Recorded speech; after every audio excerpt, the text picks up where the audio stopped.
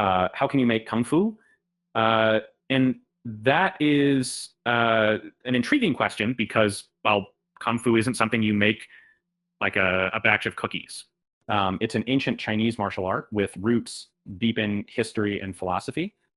Kung fu or gong fu literally means skill achieved through hard work over time. So it's a commitment, not a recipe. Starting with a common pain point here, not knowing where to begin. There are countless styles, each with unique patterns and techniques.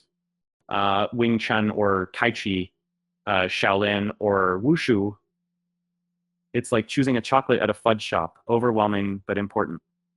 My advice, start with what resonates with you. You think you have two left feet? Some people worry they lack coordination, but Kung Fu teaches control and balance. It's not about instant mastery. No pain, no gain, right? Learning Kung Fu is a process of growing familiarity with your own physicality. You'll stumble, but that's part of the dance. Begin with focusing on fundamental stances. Horse, bow, and hat stance are a few basics. Think of these as the solid foundation for a towering skyscraper. Master the basics, or the whole structure topples.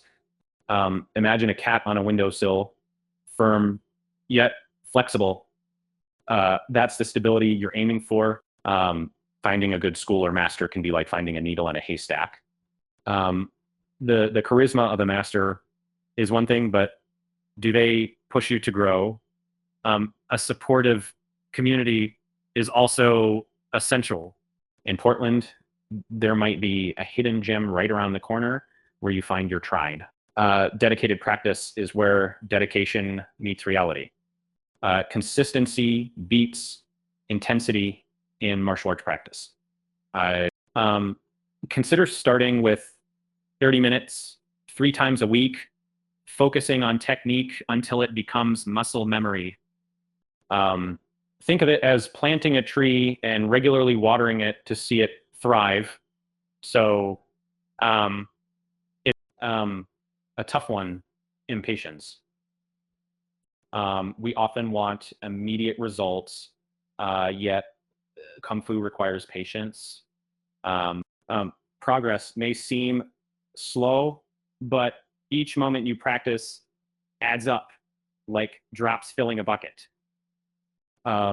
It's like, think of it like painting a masterpiece stroke by stroke, not a single sweep.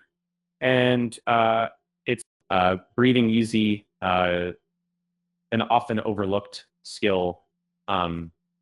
Many get caught up in perfect moves and forget the importance of breathing.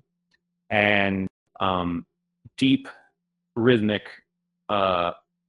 breaths increase endurance and power your movements. The heart of Kung Fu is as much about flow as it is about force. Breath is the beat that drives it. Let's talk sparring, an intimidating concept for many. It's more than combat. It's an art of conversation without words. It's a dance where you learn to anticipate, adapt, and react. And a pro tip, it's not about overpowering, but outsmarting your opponent, like chess with your body. A strong mindset can't be overstated. I've seen experts stress the mental over the physical. It's about perseverance, respecting your practice, and embracing humility when facing setbacks. Treat it like building a house, one brick at a time, where stubbornness is your best friend. Think culture. Kung Fu is as much philosophy as it is physicality. And concepts like Qi and yin yang balance are central. Delve into books and films.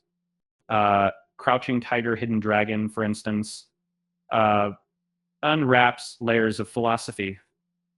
You're not just learning moves, you're absorbing an art form.